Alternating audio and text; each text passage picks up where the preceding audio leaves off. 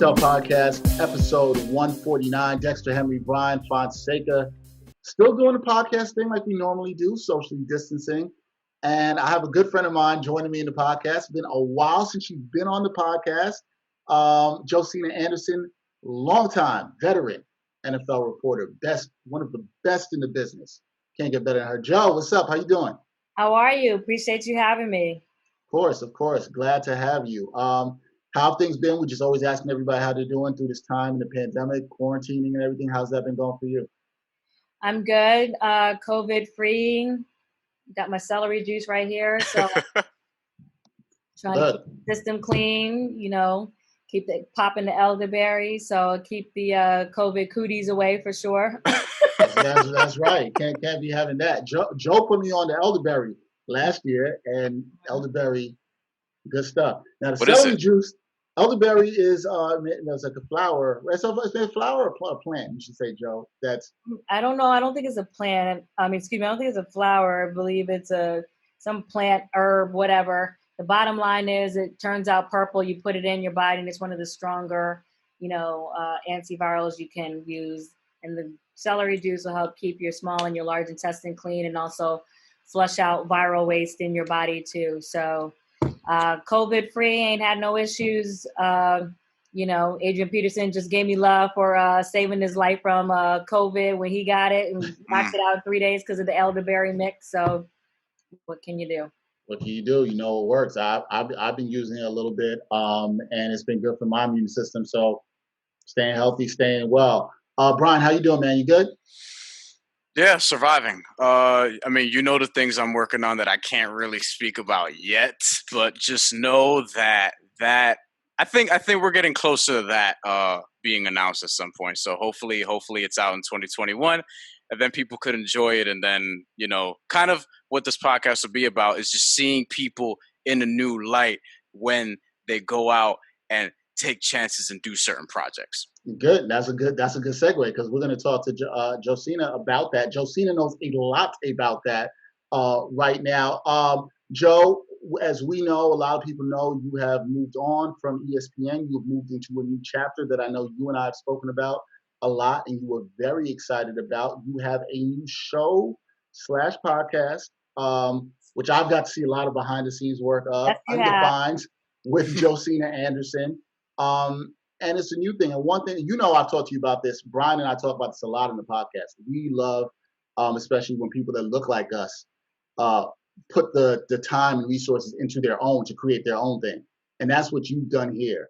Talk to us a little about for people who don't know, what is Undefined with Josina Anderson? What is it all about? Tell the people what it's about.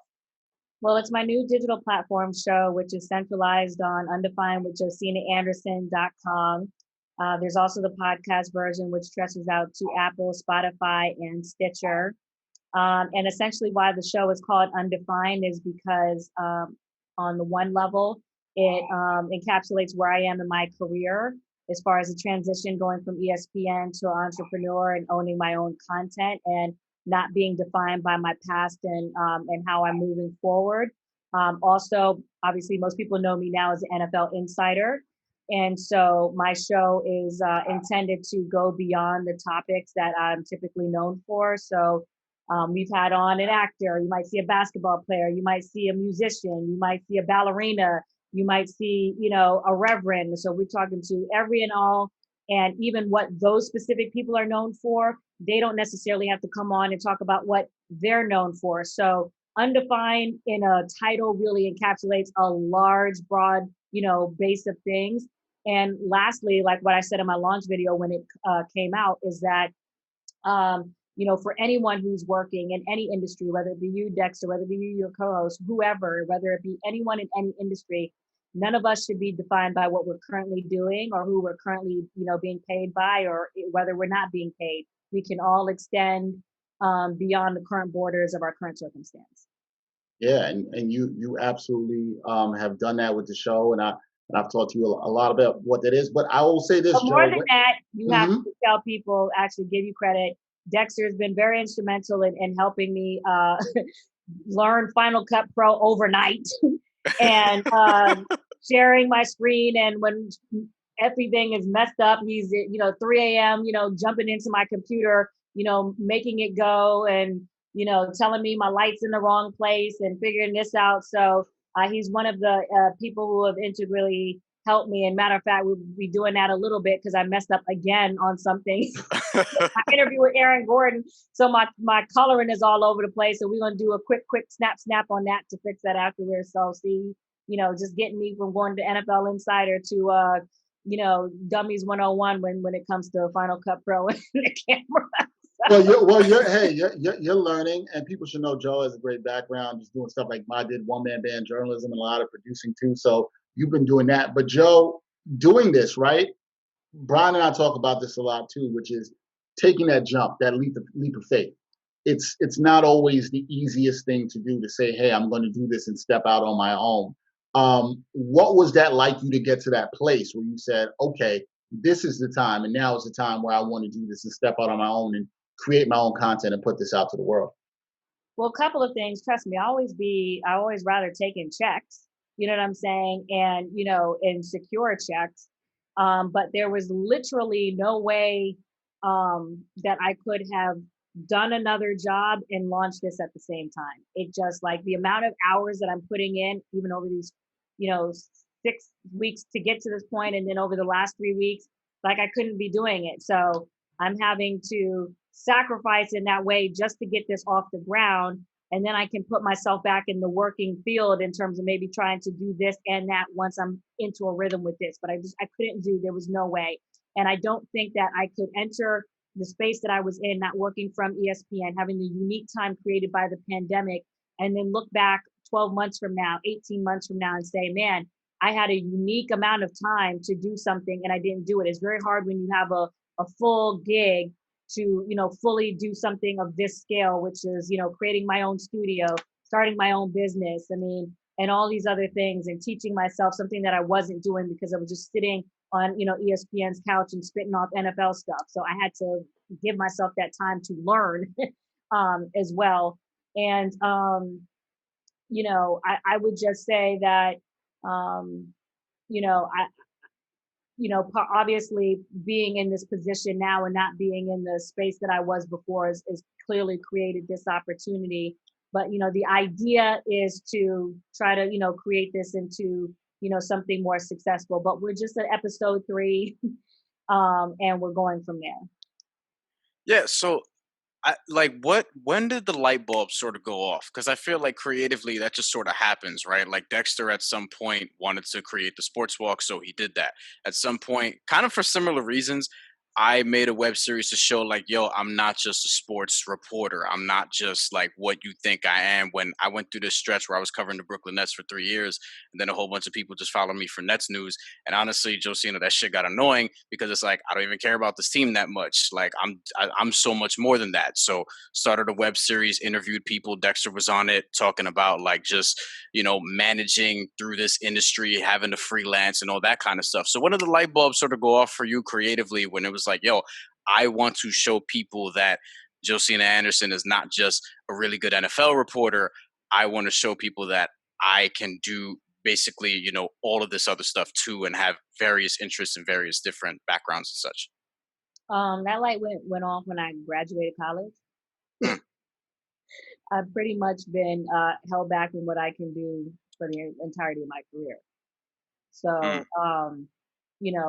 going back to, even when I was, at Fox, I was the number 3. I could have been doing, more than that. And I had the ability to do that.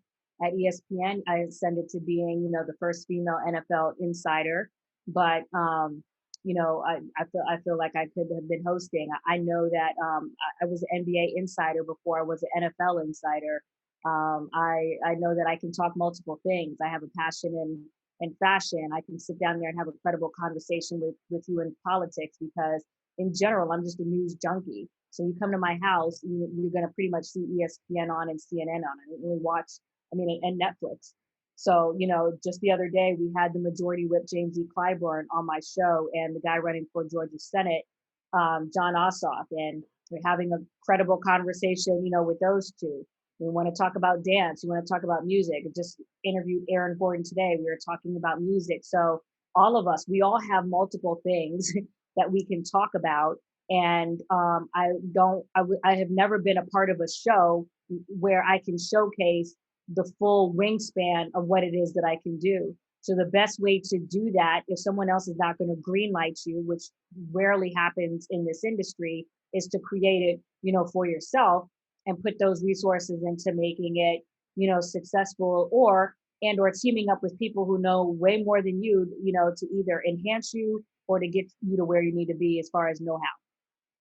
Joe, why do you think that is in terms of the industry? You and I have worked in broadcasting for a while, reporting on camera. Why do you think it is that people maybe don't give you the opportunities to showcase as much of your skills as you could? It seems a lot of times, especially in what we have done on camera reporting, you kind of get boxed in, right, as this one thing. And why do you think that is in the industry that everyone's always trying to define you? That's why the whole show is called Undefined. Literally, when you walk into a station anywhere, they say Dexter is this, Fonseca is this. You know what I'm saying? And then this is what you do. And then you kind of stay there until somebody else, moves up, or there's different management. The same thing that applies in our industry, the same thing applies in corporate America. As far as what you end up doing has a lot to do with who is your boss. Who are the managers? How you came in, what salary level you started at, who you're competing against in terms of who else is working at your job, currently, and who their agent is, politics, nepotism, racism, sexism, all those things come into play to potentially stifle you. And it's not representative, or it doesn't represent what it is that necessarily you can do at any given time. So the only way to break that free is to set yourself free, literally, and figure out what your voice is, because in addition to your skill set being held back, your voice is held back. And it also, and in that sense, you can also be holding your money back. So you have to kind of take a sacrifice now a little bit to formulate that and then get to where it is. And it doesn't mean that I'll never work for anybody else again. Of course, somebody wants to pay me, great. I'm just trying to set a nest egg aside in terms of creating something for me that nobody can take away, ever. Yeah. And this is something that we talk about on this podcast all the time. Dexter actually helped, I guess, point me in that direction. Like when I was, because we worked together at St. Francis College. And when I was fresh out of college, he kind of put that in my ear. Like, try to do things that you ultimately own. That's something that nobody could take away from you. I wanted to ask you about this, Josina, because this is something that you said to introduce your first episode, where you said you are not who pays you. And I feel like a lot of people don't really understand that fully in media. Why do you think that is, that a lot of people feel like they are wherever they work? They feel like that identifies them. Well, especially when you work at ESPN, people always want to say Josina Anderson, ESPN, or they introduce you by your title. They introduce you by who you work for. And I think one of the coolest things that's going on right now, not that I didn't expect this, is that when other entities are writing about news that I break, they just say Josina Anderson. Yeah, there's power in that. It just says Josina Anderson. Obviously, it represents how long I've been in the business, and my name, people know that's associated with what I've been breaking. So, clearly that's a big part of it. But that's the whole point. Like literally, that is the whole point. It shouldn't be, Dexter Weather Channel or Fonseca this. It's Dexter Henry. Period. Yeah. That's it. You know what I'm saying? It's Josina Anderson. It's Brian Fonseca, right? Yeah. Exactly. I mean, you know what I'm saying? That's your name, and that should precede you. That's how it should be. And your friends shouldn't introduce you. Oh, let me introduce you to my friend. That's what's your Weather Channel? AccuWeather, not Weather Channel, but don't give them any free plug. Oh yeah, that's right. Competitors. You know what I'm saying? But yeah. But that's what I'm saying. So yeah. Mm-hmm. No. I think that is absolutely a great point. And I was going to add, I'm glad Brian brought that up, because Joe, through this time, people should know you still have been breaking news. Like you said, you still have very tight connections in the world of the NFL with players. I've literally witnessed it recently. I've seen you still have those connections, and the players that you've had such a good connection with, because I've been around you when you were working for the last person you were working for, and even now, you still have great relationships with these players that they want to come on your show. They want to still talk to you. How much do you value? But let's clear a couple things up. Yeah, I was breaking national news before I came to ESPN. that is true. I came to ESPN already breaking national news. So, I didn't develop this. Obviously, it expanded. And, obviously, I would benefit, for being on ESPN's platform. But I was breaking major national news before I got there. There's a reason why on Twitter my name was never Josina Anderson ESPN, because I made a very cognitive, very conscious decision that I never want to have to change my Twitter handle or my Instagram handle or any handle based on where I am. And so you've been seeing me for 10 years as Josina Anderson, and I didn't have to go back in no settings, no profile, and edit nothing. It was the same when I came in, and it was the same when I'm leaving. A lot of people have to do that when they leave a job. They got to change that Twitter handle, and that's why identifying your Twitter handle with who you work for. You know what I'm saying? Mm-hmm. Because then you have to go through that whole thing. I mean, and look, I'm not judging people on Instagram who put their pictures up of their personal life, but that's another reason why I don't do that, because as life changes, I don't want to have to be going and editing, modifying my Instagram and this reminding me of this. Like everything is, clean in that sense. Obviously, I do have pictures of where I work for, but I mean, that stands from the standpoint of, from a resume standpoint and whatever else. But when it comes to my name association, my name stands by itself. Has it meant something to you before about the players, just still having that connection with you? Oh, they're great. And still being able to be in that space, yeah. I mean, I was just literally on with Josh Norman before we came on here, and I was trying to call his number, and I got these numbers and I thought I had the wrong number, which is why I reached out, to the team, and they were going to help me with that. But then he just called me back off his own number. He was like, Joe, what's going on? And he just thought I was just calling him random. I'm like, Joe, I'm trying to get you on my show. He was like, oh, you doing this? I was like, yeah, we got to do it. So that was it. And he jumped on. He was like, I'll be doing this. And I was just like, yeah. But he was like, I'm going to get you. And then he was asking me about the show and, actually, maybe talk about some other things with regards to it. Actually, I just caught myself. I don't want to talk too much about it. Oh, we almost got an exclusive. But he was asking me about the show, and that was a positive conversation, and I just appreciate that people appreciate the space that I'm in, and one of the things that people are like, oh, that must be so awkward, Josina doesn't work for ESPN and she got to go but if you actually think about it, it actually is helping me, because people, coaches, people in our industry, everyone can identify with transition, not being in a job, changing jobs. Those players, they understand that. So I got a call. And they know what time it is. They know, I have no problem saying this, but this is how I feel, because I feel like I've earned it. But I'm the best female in the country at what I do over 32 teams. They know it. They see me in these locker rooms. And so when they see me not doing what I'm doing, it already registers with them. I don't have to explain nothing. They've been seeing me in these locker rooms, and they're like, yeah, let me come on your show. You see what I'm saying? Because they get it already. You know what I'm saying? It wasn't like I keep saying you don't say so much. Sorry. My dad catches me for that. I have the same problem. I do that all the time. I'm getting ready to say it now. I'm trying not to say it. But they get it. I don't have to do a lot of explaining, and I appreciate their support. And even, with Aaron Gordon today, you know what I'm saying? There I go. He's a younger athlete, and he has seen me on other platforms, and he was showing love. So I really appreciate that. But I do find it funny that people in articles or people will say on Twitter, like, but that's so good, you're still breaking news. I'm like, yeah. You're like, why wouldn't I be? Why wouldn't I be? You know what I'm saying? Like, why?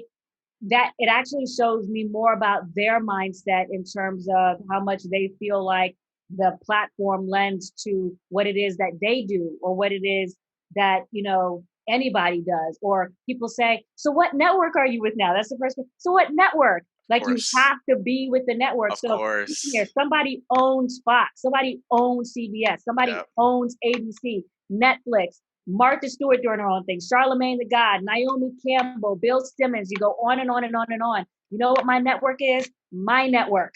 Yeah. Dex, you know me. I love everything about this. I know this is what we're all about up here. Josina, I wanted to ask, like, what has this done for just, I guess, your mental space? Because you're taking on this project, during everything that's going on, obviously, and it's you have tough. some. I'm not lying to your viewers out there. It's tough. Yeah. I'm in survival mode every day. Like it Yeah. could, certain things have to work. But I've had, a network reach out to me already, within the last 5 days, and they were setting it a meeting to talk about, putting my show on their platform. We'll see how that goes. I'm not going to just jump to the, first thing or whatever. If it works, cool. We'll see. Mm. I've had, another person that I have a meeting with on Friday that wants to talk about maybe collaborating and creating some content. Some other, in potential investor meetings, but these are all preliminary. We'll see how it goes, and nothing is a guarantee. um, if ESPN or any other network wants to, come back and properly pay me in the figure zone that I deserve to be, and I could be right back there tomorrow. So, but here's the thing. But I'm Right. glad to see that they're allowing people to have, podcasts now and other things, because when I was there, there's certain things that I was not allowed to do. But the windows have opened since, George Floyd, and there's certain paths that have been created now, that myself, Carrie, and Jamel are not there. And I hope that, that is appreciated, because, there have been some hard fought conversations that have happened behind the scenes. But, that's all right. We all, create paths, for other people, and it doesn't, stop this path over here. And, we just have a positive energy trying to seed into, your show, Dexter, seed into me. And I firmly believe that that energy, comes back around and harvests on itself. You talked about creating paths, Joe. Do you feel like, especially, I want to say this, I think you've been inspiring for a lot of young Black women, even some that I know in sports journalism. Do you feel like these young Black women, or people of, it could be of any background, seeing you do what you're doing now is sort of creating a new path, right? Showing that you can come from one place that has a very large platform and now do your own thing. Have you thought about what Well, impact that leaves on the younger generation?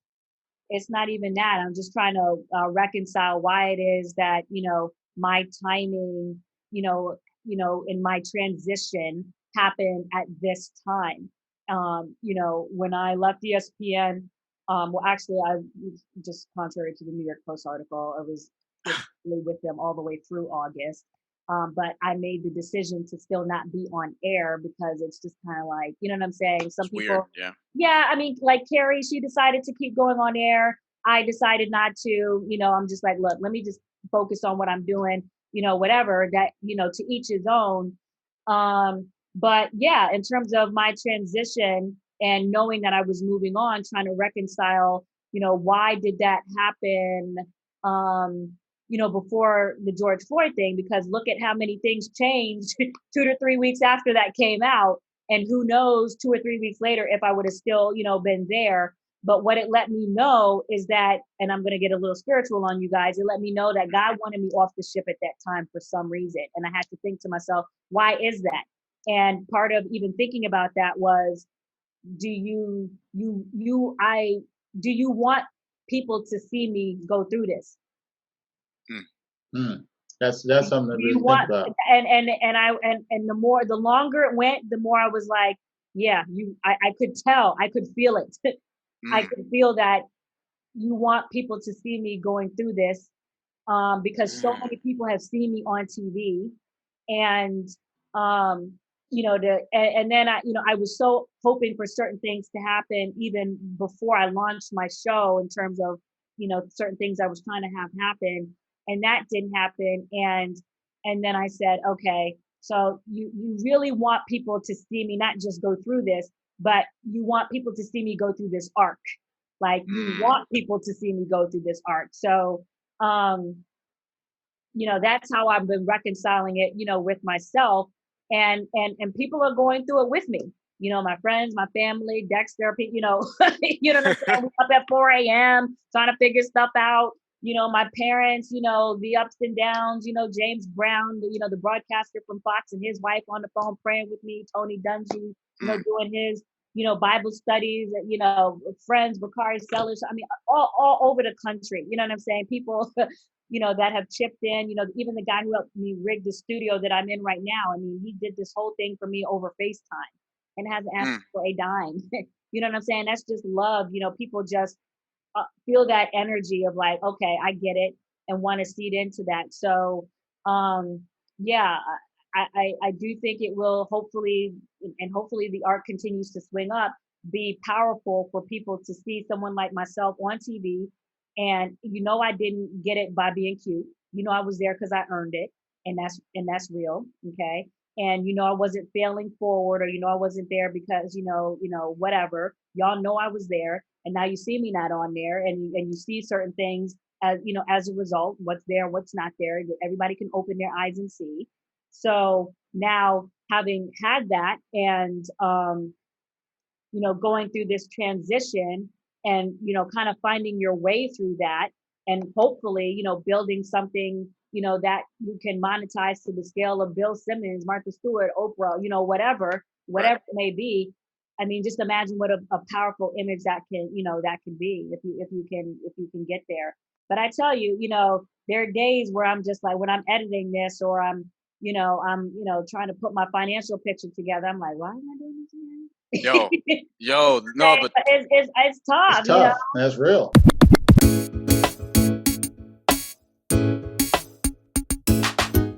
The Sports Walk is back. Watch Season 3 of Backpack Broadcasting's original web series that brings you the opinions of real sports fans. The first 2 seasons and current season are available now for viewing on the Sports Walk YouTube channel and Facebook page. Check out the 2017 NYC WebFest official selection and see what other sports fans have to say on the hottest issues in sports today. It's easy. Just take the Sports Walk.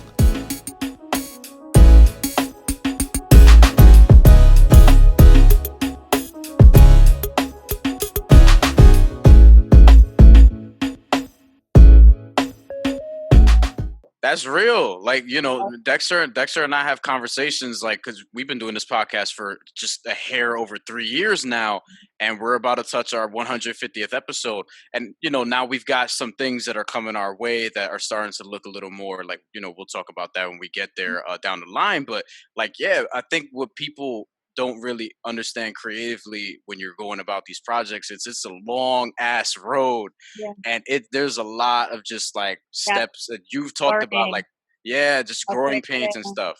Yeah. Trying to figure out what your audience is, what they like, the technical aspect. And then you really have to just, take a step back and enjoy the small stuff. I mean, like, even today, being able to get my cameras in that I upgraded, even though I still messed it up, you know what I'm saying? But just, trying to figure that out to a certain extent, you take that, and even tonight, like, episode 3, the guest didn't come as quickly, so we were kind of, scrambling there at the last minute, but then it came together, Aaron Gordon's agent, who's somebody I've known for a long time, came through for me with Aaron. Josh Norman hit me up just 15 minutes before, the guy who's helping me book, he was able to, get me 2 comedians. I didn't have to worry about that this time because I was, doing stuff, whatever. So in the end, it still came together. And even something like that, your guests coming together, small victory, you just try to, okay, that worked, and then you got to try to figure out, okay, money,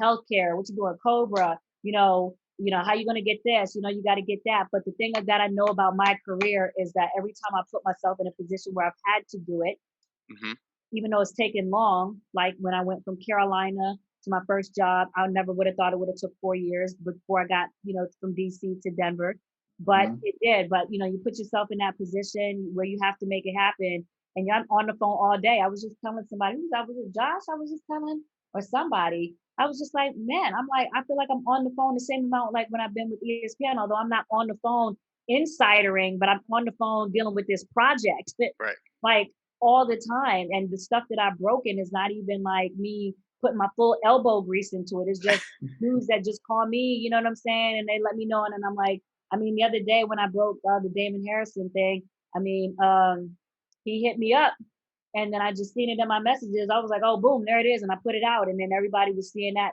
going during the Packers game last night. So. Yeah, you've still been doing your thing. We'll talk a little NFL with you before we come back to the show. What have you? What has anything surprised you thus far this early in the NFL season, Joe? Beside this recent COVID stuff that we saw last week at the start of week 4, anything else surprise you with the NFL? Say the quick, well, obviously the Texans letting go of DeAndre Hopkins. I don't understand that. That led to the Arizona Cardinals starting off 2-0 and having a lot better start, although they've stumbled the last couple of weeks, losing to the Lions and losing to the Panthers.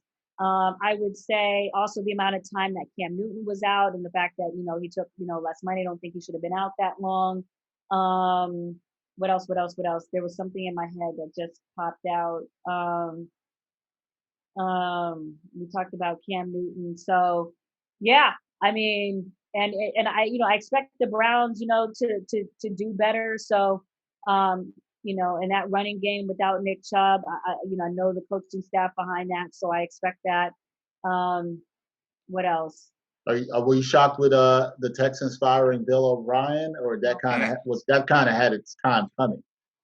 No, I think, I think that's had its time coming. I mean, listen, Bill O'Brien is a great guy, and it's just like when I talk about Carson Wentz and all the Philadelphia Eagles fans come after me, and now they're starting to settle in, just like the Giants fans did when they were all after me too. They came for you. I know that. And they came in and they settle in, you know what I'm saying? Because eventually time is a mirror and it shows you exactly the things I've been saying. And whether you learn it a day from now or, 2 years from now, it'll eventually come around. Yeah. So that's why they're not in my mentions anymore. But I'm glad that Carson, but here's what I'm trying to say. I'm joking. But what I'm trying to say is that, it's never personal about the player. And I try to keep it about football. You know what I'm saying? If people are talking about things that they don't like within a team and they come to me, I don't do those reports often, but I'm trying to also give you an accurate picture about what's going on inside. And so when things fall apart, then it shouldn't be a shock because I was trying to show you what was coming based on the things that I was hearing. And I use my discernment to try and determine if things I feel are at a certain pitch that it is credible to then now report it. And that's, the 15 years or whatever, 20 years experience coming through that to, let you know. But you were asking about what team, the Texans. So yes, the same thing. It's not personal with, Bill. I think he's a great guy. I think he knows a lot more football than anyone, the three of us. But, I think there's some questions to be asked, in terms of how the team was managed and to what degree did anything, personal influence, some of those decisions, or the fact that maybe he had too much on his plate. But look, we all have to take stock. I'm taking stock. I'm no better than him. I'm in the same, you know what I'm saying? So it's not personal. I'm just relaying the things that I see, just like we do in this business. Is there any concern on your end with COVID and then what we saw in the past week with the Titans, Cam Newton? Is there any concern that COVID can become more rampant? And absolutely, of course, because testing is not prevention. Hello. Yeah. Testing is not prevention. So when it first happened, everyone was like, "We need to test. We need to test." Well, actually, yes and no, because if you're sick, you go to the hospital, and they can tell you if you have COVID or not or what have you. And regardless of whether you have it, how much is that really changing, in terms of what they're giving you? You can have some of these treatment drugs, sure. All I'm saying is it's not taking away whether you have it or not. Right. So if you have it and you're that severe, you need to go to the hospital, go to the hospital. The test didn't change that. And so what I'm trying to say is the reason why that's important is because the constant testing also can give you a false sense of security. You can test negative for 5 straight days and still be carrying. Okay. So, then people what happens to the people that do one test and then they go about thinking, and then they going to go tongue kiss, LaQuisha, and they think that they're good and they got COVID. You see what I'm saying? So the thing is, why had to be LaQuisha? That's what I was like. I mean, if we got a podcast listener named the LaQuisha, virus she's gonna be so can mad. filter through these NFL teams because you can be walking around testing negative, and you have it. And no matter how many tests you take, it has nothing to do with what you did with LaQuisha last night. Shout out to LaQuisha. Are players concerned though, Joe? When you talk to the players, are they concerned about this? As the season goes on. I think the players that were concerned opted out, and the players that want to play and need to get this check because players get their checks every game. That's it's divided into 17 for the bye week and the 16 games. And so every time you play, you're gonna get a check. So people out here need to pay some of these bills, because during the off season the money is not the same. And so it depends on how you're managing your money. But I think the people that are out there want to play, and if they don't want to play, they have the option of not playing. No one's forcing them to play football. If you don't want to play and it bothers you that much, that's why they gave you these opt-out options before the season started. And or even if something's changing now because you see these outbreaks, you want to go to your team and say, this, that, and the third, you have options to do that. Josina, I've been trying to get Dexter to hand in his Jet fan card, and he won't do it. Now, I was a Jet fan until 2015, and I was like, all right, I'm good, or 2016, whenever it was. Dexter has not yet followed suit. He's still holding on, and I think inside it's killing him, and he's miserable, and he's shaking his head denying it now. But I just want to know, where do you stand on this? Do you think he should just give it up on Sam Darnold, on the organization, and just live a happy life from here on out? Let me say this real quick. Josina, how long you know me? You ever heard me talk to you about the Jets? Actually, I don't even. I don't. I guess I wasn't paying attention. Do you talk about the Jets? No. Okay. That's okay. Is there anything for us to ever talk about with the Jets? No. Yep. There we go. They've beaten it out of you. This is what I'm saying. It's like the Knicks with you. They just beating it out of you. I will say this. I don't like to cap people's capabilities. So, stuff ain't working right now for Sam Darnold. Does he have, certain excuses? Absolutely. I mean, he's had a lot of change, so you can go that route. The unfortunate thing about the NFL is like what I said about Carson Wentz. It's not that I don't think he can do it. It's not that I don't think he has fight. It's just that fight and that talent has to produce wins. That's the only thing. So it's not, doesn't mean you can't do it 4 years from now. Doesn't mean you don't have the talent to do it. It's just that people's jobs are dependent on certain things now, and people need wins now, and that's just the nature of the beast. With that being said, I do think that the Jets organization needs to take a very strong look at, leadership right now and make a decision, particularly if it continues to go down this road. I think one more game, and I think, they would be justified in taking a wholesale look at what it is that they're doing. Okay. Yeah. I mean, at 0-5, and you're, you know what I'm saying? I mean, how many more losses are you going to take? How many losses would other people get? I know people hate when I say that, but that's just the reality. People come to me every time I say that, but it's just like, at some point, how many losses is enough? What is the threshold for when you decide to make, a change? And is that threshold, applicable across the board? I know that as you stack seasons, things change. And you also have to ask yourself, what direction would you go if that, coach wasn't there? And I think that's a fair question too. And then that also creates more change for Sam Darnold, which I think is another fair, thing too. But man, it's really rough over there right now. I feel bad, for the players too, because it impacts their livelihoods as well. Yeah, and outside of Denver, it's also been the way that they've lost too, because I mean, it's been just like they've just been getting their ass whooped the first 3 games of the season. And I also think, and me and Dexter talk about this like jokingly and stuff, but we both believe that the problem is not necessarily Sam Darnold so much as it's just the Jets, just everything organizationally from the top on down. I don't think we talk about that enough in sports, but that's another discussion for another day about how just the organization could affect all the players. On where you go, but but at the same time, Sam is the leader, and you have to take some of that, on his shoulders. For sure. Baker Mayfield, just like Baker Mayfield does, just like Lamar Jackson, Josh Allen, some of these guys who, have, made certain things work. So you have to find a way. And part of being a leader, even though, you didn't choose the coach or you didn't choose certain things before you came there, but part of being a leader is you rise all boats around you. And that is part of the job description. So this is why, the money is the money. That is Joe, part of the job description. Joe, the Chiefs look like a well-oiled machine. They look like they're rolling once again. Who do you think could win the Super Bowl this year? Do you have the Chiefs? I already have my picks in. So for the AFC, I had the Chiefs. For the NFC, I had the Saints at the beginning of the season. I'm going to still stick with that. For right now, obviously Russell Wilson has been playing, out of his mind. We'll see if they Mhm. add. Matter of fact, let me check my Twitter real quick, make sure I don't have no breaking news in here. Okay. Yeah. When I heard the phone going off, I was like, shoot, might break That's some not news. Gates might be gone. all these people are on my Twitter asking me about Damon Harrison because they're like, Joe, you the plug, what you're doing. But he ain't hit me up. So my guess is that I don't know what the guess is. I know that it's 7 o'clock on the West Coast, and if he wants me to know, he'll let me know if he's going to Green Bay. But I'm guessing that there are probably some people who might have told him, to keep it to himself. Who knows? That happens. Whatever. But they know I'm here.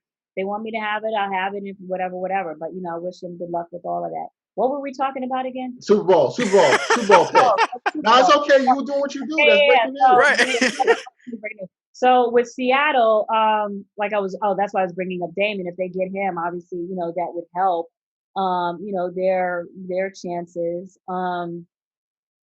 And who else has been playing really well in the NFC? I mean, you have the Bucks. You can't ever count Tom Brady out, but I still like the Saints. I mean, I think when Michael Thomas comes back, the way Alvin Kamara has been playing, if Alvin Kamara stays healthy and Michael Thomas comes back, that's only going to help all this talk that people have with Drew Brees and his arm and whether he's still getting it down to all this other stuff.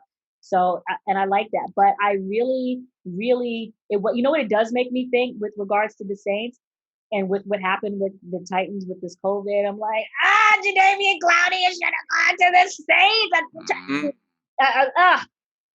He could have really helped them. They needed I him on that side of the ball. The Saints all have 11 games on national television. You just had this thing with the COVID.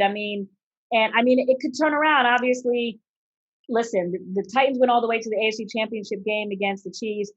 Vrabel proved himself, with his coaching. Obviously, the inside knowledge going up against the Patriots was very helpful. He's got Jonathan Joseph on the team, a former team that he used to play with the Texans and all that. They've got a great defense, but I just thought that, there were other things that were beneficial for him, too, with Clowney. But ultimately, and I don't know that people know this, but one of the reasons why he went to the Titans is because he felt like it was going to better showcase his impact on the defense as far as his contractual landscape the next year. That was one of the big reasons why he chose the Titans. Interesting in that. All right, Joe, on your show, I forget, I believe it was your first episode. Yeah, it was your first episode. So I found a side of you that I did not know existed. You probably know where I'm going on this because I was laughing when you showed it to me.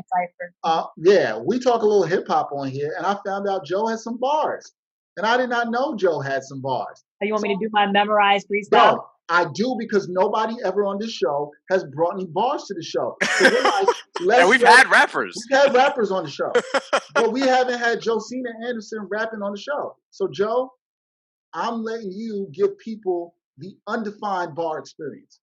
Can you give us a few bars, please? My name is Josina, and I went to UNC.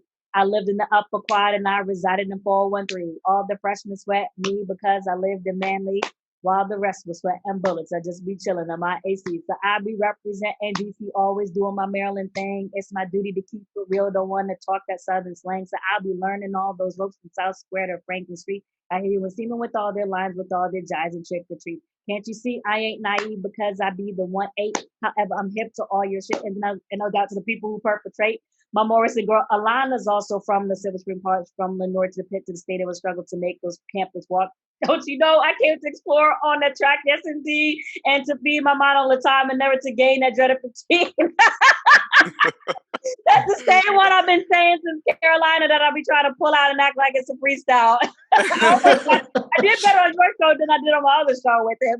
Hey, the flow and everything, that was almost a 16. That was almost 16. I was counting the bars. I was like, she gonna go all the way to 16. That was 14. Yeah, but listen, that's a verse. That I did come up with that in the study hall when I was at Carolina. I went to school with Dre Blythe and Sparta, all those kids. And we used to be in the study hall, not the basketball dudes, the football dudes and the track guys. Anyone listening to this would be like, no, the basketball guys in a different one. But whatever. So we weren't doing homework. We'd be on top of the tables and we kick a freestyle. And there are many times I win my cipher, and that was one of the ones from back in the day. I like it. I like it. So I was like, yo, we got to have Joe do it. Joe, is there any?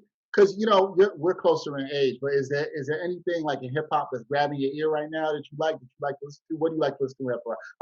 You give me the raised eye, bro. I'm not really into the mumble music where I can't even understand what they're talking about. I mean, there's some beats that I like. What is that? Mo Bamba. Thank you. So, stuff, Yeah. even though it's like, we could put the lyrics together, but I ride for the beat more so than I'm riding for, the lyrical genius of what I'm hearing. I don't think that's equating to, Nas and Ether and Notorious B.I.G. And I was just talking with AG today, and Lauryn Hill, and some of the things that you were hearing in terms of the depth and the perspective of the lyrics. And, my dude on, the dude that why am I forgetting it now? The Prophet died. Prophet. Nipsey Hussle? No, Prophet. A lot. Oh man, now you're gonna. At least you bust out your. Hold on. On illness, we be the realest. Oh my God. Oh, Prodigy. Thank you. That's Prodigy. Okay. Oh, yeah. I was like, oh, Prodigy. Thank you. Okay. I'm like, okay. I'm always. I thought of Fife Dog. I was like, wait. Nah, once you got like really painful. I was like, to be a realist, the ultimate. Yeah. I'm like. I was like, okay. Well, Josina, have you listened to Nas's last album that just came out like 2 months ago? No, I haven't even had time. I don't. Oh, we reviewed it. We love it up here. Fantastic. Yeah. Well, I mean, and you're not. I mean, obviously you are. Obviously, he's a poet, and that's what I'm talking about. Is music from my era. Like Cass was actually saying something. This right now was about the beat, and and it being like just mostly about the beat. I mean. And what are they called? I mean, we were just having a conversation about this today. So when y'all check out episode 3 that we dropped on Undefined, and I'm gonna give y'all a sneak, preview. Aaron Gordon is actually a poet. He's a poet, not just a rapper, and he has these poems in which he's written some very deep things that he actually shared on the podcast. I thought that was dope. He has never said it, publicly and never released some of these thoughts. So I thought that was great. And we talked about, the things that he wants to influence in his music, coming up and things like that. Obviously, he just dropped, Level Ups and all those other things. So, yeah, a very, very, very deep conversation. So, or I wouldn't say deep, but very dope conversation. And I'm looking forward to dropping that for y'all. All right, so that should be good. All right, Joe, tell the people where they can check out Undefined with Josina Anderson. www.undefined with Josina with an S, not the way my grandmama spells it with the C. So Undefined with Josina with an S, Anderson.com. You can go on Apple, Spotify, Stitcher, and download the podcast, support, and hopefully, we'll continue to, grow it from there. Yeah, did I give out my Cash App? No, I'm just joking. Hey, you gotta get paid. I ain't mad at these ramen noodles, y'all. I ain't mad at that. You gotta get paid, sister. I ain't mad at that. And real quick before y'all go, that's like my running joke when I go in these locker rooms at Christmas time. I always be giving around my Cash App, but don't nobody be paying attention to me. That's a joke out there. That's a joke. It's good. Yeah, no, the clarification is important in these times. In these times, yeah, especially in the era of OnlyFans, Jesus. Right. Yeah. Well, that's for y'all's men's. That's a whole nother episode. Oh no! There's men on OnlyFans giving it up for the women also. Oh, I hear you. I mean, but I don't even want to talk about that. Oh my God. Think about what is out there for you all to be doing, and like bootleg Instagram accounts that people don't need to be having, fake bootleg accounts who have certain jewelry on their left hand. So that's a whole nother conversation. We'll get to that. Ooh, that's not personal. I'm just saying I know and I always get on some of my friends who I know do this. I try to promote monogamy and, being with your person and not having 5 Instagram accounts you hide, and next thing you know, you putting stuff out from the wrong thing, and then you out there. You see, I'm just like, all over the place right now, switching. Nah, that's just messy. Like, look, real. that happened when Pop Smoke got killed. Like the next day, 7 women posted photos of my baby, whatever, and we were just kind of like, a lot of people were surprised. I was like, I mean, this is what goes on. And so and matter of fact, I believe that the tongue has life. I don't even want to bring that into the atmosphere. So all of y'all doing all that, don't bring that around me. Y'all keep that energy away. Hey, look, I should go burn some sage at the end of your podcast. I'm gonna burn that out of here. You don't want that. We promoting love and monogamy and sticking with who you supposed to be with. Joe preaching on here. Joe, I want to let you know, I've told you this many times, I'm proud of what you were doing. It is important for people that look like us and seeing that and creating and supporting our own. So we appreciate you coming again on the podcast, and we wish you much success with Undefined with Josina Anderson. I mean, sure. I know I'm gonna see it because you're gonna hit me up. I know that. I know we'll be talking a lot, but there's a lot. So please, everybody, check out Undefined with Josina Anderson. Check it on her website.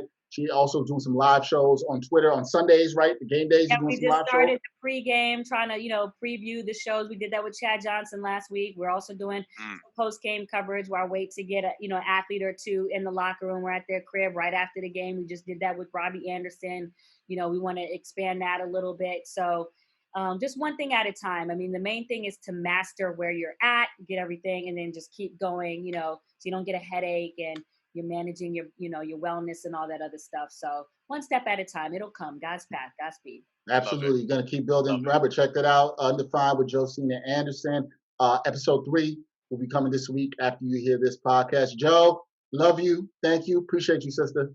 Appreciate you. Wrap up your show and then hit me on the share screen so we can fix this color. I will. I got. I got to help you in some way. I know. So finish what you're doing. Just text me. All right, Joe. All right. Love y'all. Later. Love you too. All right, peace. Bye. One time for your mind, one time. One time for your mind, one time.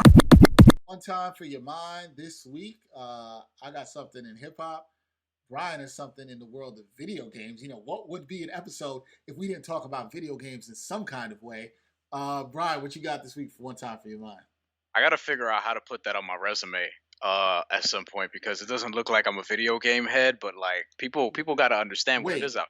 How does it not look like you're a video game head? You literally have a video game microphone on every podcast.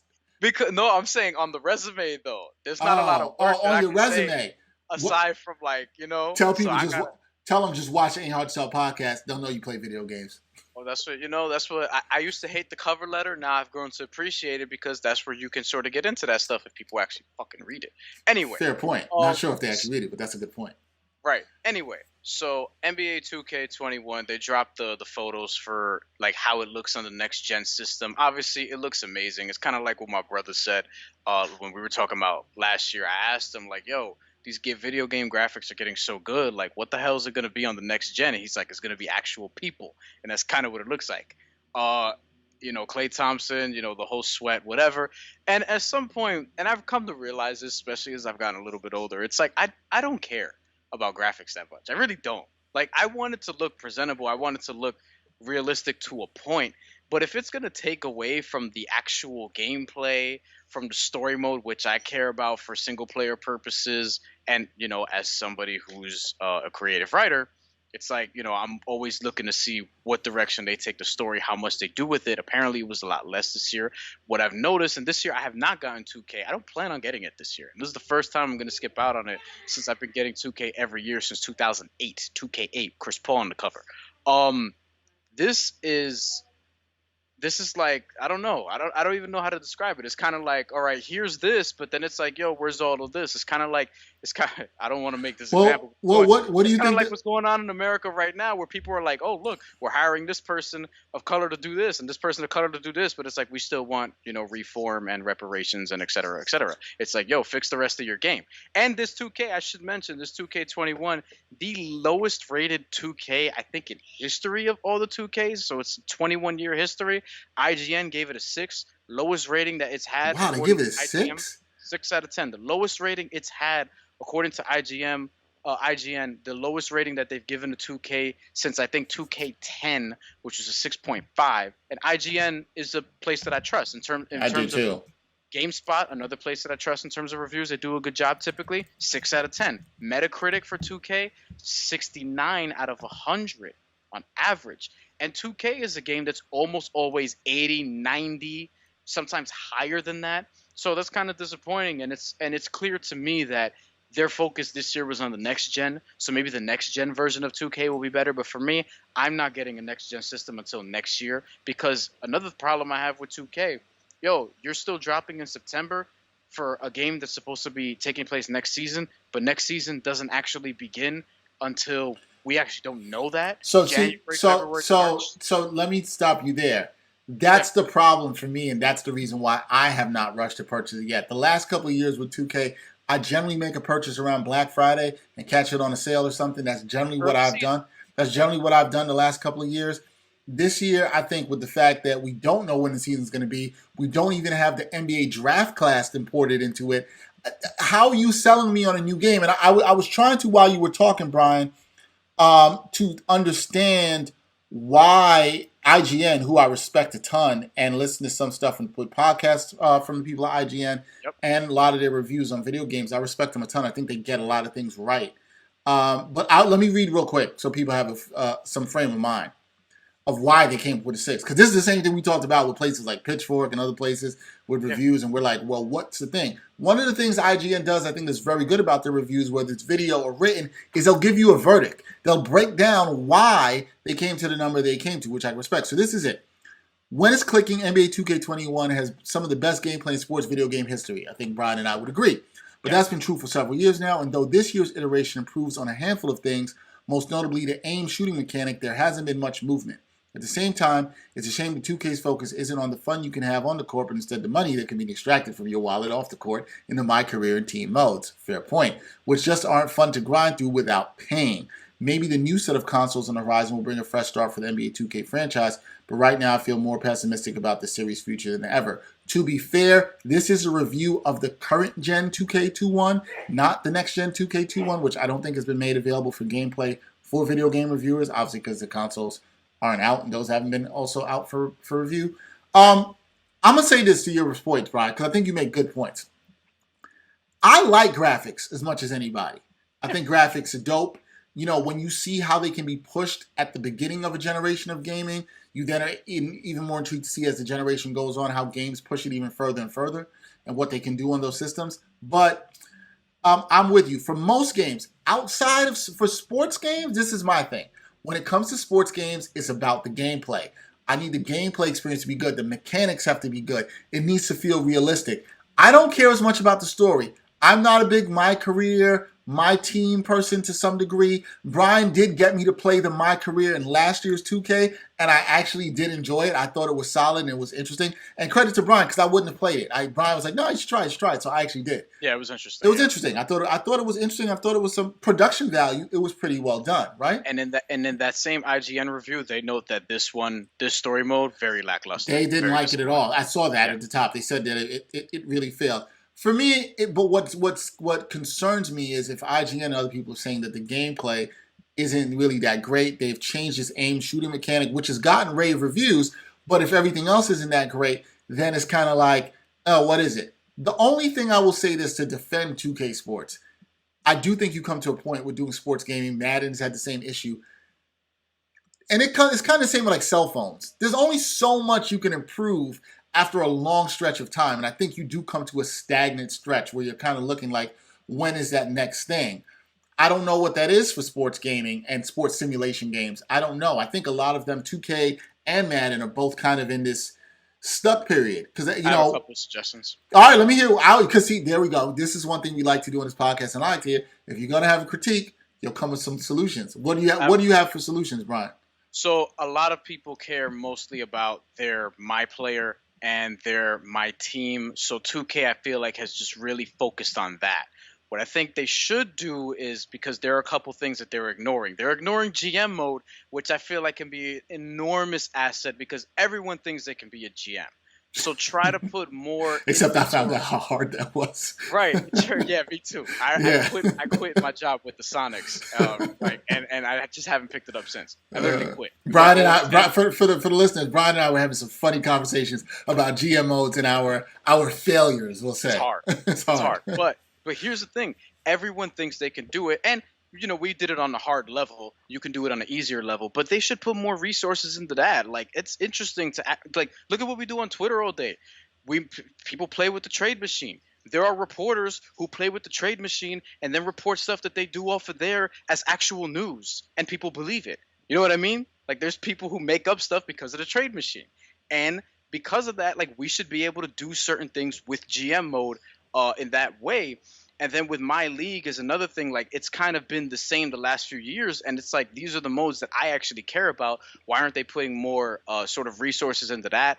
I think that one thing that NBA Live did real well, which is a kind of niche thing, but they did it better than 2K, was that in your story mode, and this doesn't have to be part of the story mode, this could be part of like something totally different, but I remember back when 2K, like in the early 2K, 10, 11 days or whatever, you were able to play games on the blacktop, but like, it was kind of different. It felt like you could do more. Now they don't really focus on that, and I feel like you can do some stuff there. You know what I mean? Maybe you put celebrities back in the game. Who doesn't want to be in 2K? You get me? Some of the people they already have in 2K, it's like, are they really celebrities? You can put people in there, try to like do some stuff in the street, in the playground, try to get the rights to put Dykeman in different parks in the game and try to do some stuff with that, and you can make some money, having people play in tournaments, because people want to play video games for money at the end of the day. But my main thing is like, GM mode and the story mode, actually like put more into the story, because one of the critiques that I was reading was that this year, and this was my complaint last year, once you get past the process of college or whatever, pre-draft, and then you get drafted, the 2K story kind of tails off. One of the best ones that kept it going was the Spike Lee one from 2K16. That whole thing with your friend Vic and all that stuff, FOF. If you played the game, you already know. 2K17 was another good one with Michael B. Jordan. There are cutscenes at least throughout your rookie season. For me, it gets a lot less engaging after that first season. But after that draft process, because during the first season, it's like, I'm just playing games, monotony. And it's just like, I'm just playing games in a monotonous way, and then it's just practice and all this stuff. And it's like, you kind of get bored because you don't want to have to grind through an 82-game schedule. I wonder for companies like 2K and Madden and all this stuff. It's like, I don't know, because I feel like I'm of the age now where I'm not necessarily going to cop Madden or 2K, as much as I still like those games on the first day. So I'm not really in that demographic anymore. But I just wonder what the popularity level is of the story mode and how much they put into it. The story mode, I would think, takes a lot of budget. It's a lot of video capture, it's voice acting, it's a lot of stuff that's there. Madden was good last year. Yeah, not that there isn't obviously motion capture for the actual gameplay. Like I said, when I turn on 2K, I want to get into a season or GM mode. I do agree with Brian's point on GM mode. I thought there are things that are good there in 2K, but I think there's a lot they could put more into it, and I found it. I will say this, I think the GM mode is fascinating. And if they put more into it, and it was challenging, which I liked. Like, I liked the challenge. Like, it kicked my ass, and I failed trying to rebuild the Knicks. But, I mean, a lot of other people have too. But that's the thing. Most people fail at being a GM. Right. And it's not easy, and there's something fascinating about that. I would like to see more into that, but I also understand that it takes more. But I think it's fair to say, hey, if you want to push this game to the next level, if you wanted to get to another place that it hasn't been before, maybe we are at that point. Maybe we're at the point where it's not just about the gameplay and people playing the season, or it's making sure your online play is tight or getting the stuff. Because I know that for sure. A lot of people like the online play in the My League, and there's a huge competitive world out there in that. And I think that's not going anywhere. So maybe that's the place you put your resources into. A 37-year-old person like me that's got like a kid, I ain't got time to be playing online with you 13-year-olds. I don't really have time for that anymore. But I understand why people are going to find it. But if I was in the ages of between 13 and maybe 30, or if this was even me post-college, I probably was spending a lot of time on that. So I get it. Online last year. Right. So I think they definitely need to look into that. I wonder. I guess this. I'll toss this back to you, Brian, before we move on to my thing. Do you think that these low reviews, a 6 is low for a 2K? This is not what we expect. Now, for other gaming companies and other franchises, you might be like, okay, I'll take the 6 from IGN. 2K Studios, Take-Two doesn't want to see the 6. Does this motivate them to get better, or did they put more of their energy into better stuff for the next gen for PS5 and whatever name Xbox has? They confusing me with their name. Series X1 or whatever. Yeah, it does sound like a soccer team. They did too much with the names, whatever. But yeah, I wonder if this is going to fuel them to be better. Sometimes a low score like this can wake you up. Yeah, I'm not down on it. I'm not as pessimistic as the journalist was on IGN about the future of 2K, because I just think that they quote unquote took a year off because what they're gonna do is pump resources into this next gen, which is gonna drop in obviously November, and that's probably gonna be at least very good game. I'm sure there's gonna be some tweaks that they're gonna have to make there. But a lot of people are going to be raving about the graphics, and just to bring this thing sort of full circle, it's like for me, I need more than that. I need more than just the people look like people, because there's a game that I'm playing right now that I find really engaging. I have not finished the story mode. Mafia 3. Mafia 3, I had a character, Lincoln Clay, who's a brother, who's actually played by a dude named Alex Hernandez, who I think is Afro-Latino, so shout out to him. Lincoln Clay is the protagonist that you play as in Mafia 3, and in Mafia 3, the story mode is excellent. It's like a documentary, there's interviews and stuff. The graphics are great. The gameplay, though, not really that great, so for me, graphics could only take me but so far. They have the graphics. Story mode seems good so far. I haven't finished this, so I don't want to go too crazy with that. But the gameplay has been lackluster enough to make me put the game down and not play it that often as I thought. That will always do it for me. Lackluster gameplay. And the Mafia 3 Metacritic rating is somewhere in the 60s, which it's okay, not bad. But to me, if I early on, I would say it's like a 7 out of 10, because the gameplay is not great. Yeah, I mean, you want great graphics. Of course, I'm sure my game of the year, Last of Us 2, which was absolutely fantastic. Graphically and in terms of gameplay and in terms of story, they hit in all three phases. I can't wait to play that game. But I can't do Last of Us 1 first. I actually am intrigued to play when they remaster it for PS5, which will be coming out sometime in the spring, or later, whatever, summer. But when they remaster for PS5, I can't wait to play it to your point, for the reasons that you mentioned before. Yeah, it'll have even improved graphics that we saw at the end of PS4, but because the story's so good, and the gameplay is even improved on the first game, I would definitely be willing to play. But hopefully, 2K 6s. Now we expect from that studio. Hopefully, they wake up. All right, I got something in the world of hip hop that came to my attention that I didn't even know was going on. I did not know that this was a thing. I did not know that there were rumors going around that Kendrick Lamar could be leaving TDE. To which I think it's fair to question why he would do that. I mean, fine. Now look, we here on this podcast, we always saying sometimes you got to go out and do your own thing. We're not saying that K-Dot shouldn't do that. So I understand that. I just found it interesting where these rumors came from or why they would have came about. People were saying because K-Dot started that, what is this, his own sort of label thing. I forget. Oh, PG Lang. Which I believe Nas was at an event for that Kendrick Lamar did, because there was a picture that surfaced of the two of them together sometime earlier this year. I know what you're thinking. Give us a song. Give us a song. Listen, those dudes have to make music together. Not a song. I don't want to hear a song. I want to hear multiple songs. You will sign for a song. You will sign up for a song. No, but I want a home and home. You do one on Kendrick's album. You do one on Nas's album. I hope that. Look, two of my favorites ever. I hope so. We'll get into this in a future episode. I have a list of dudes where I'm like, Nas, how have you not collaborated with Person X? That's fair. We got to do a dream collaborations episode. That's for another day. But Kendrick, apparently there have been these rumors, and Terrence Punch Henderson had a couple of cryptic tweets about this that people didn't know. So Kendrick put out a little video on IG where he was acting as a stuffed animal, and he says, "Top, you got to stop them from sputting my name. They've been sputting my name all year, man.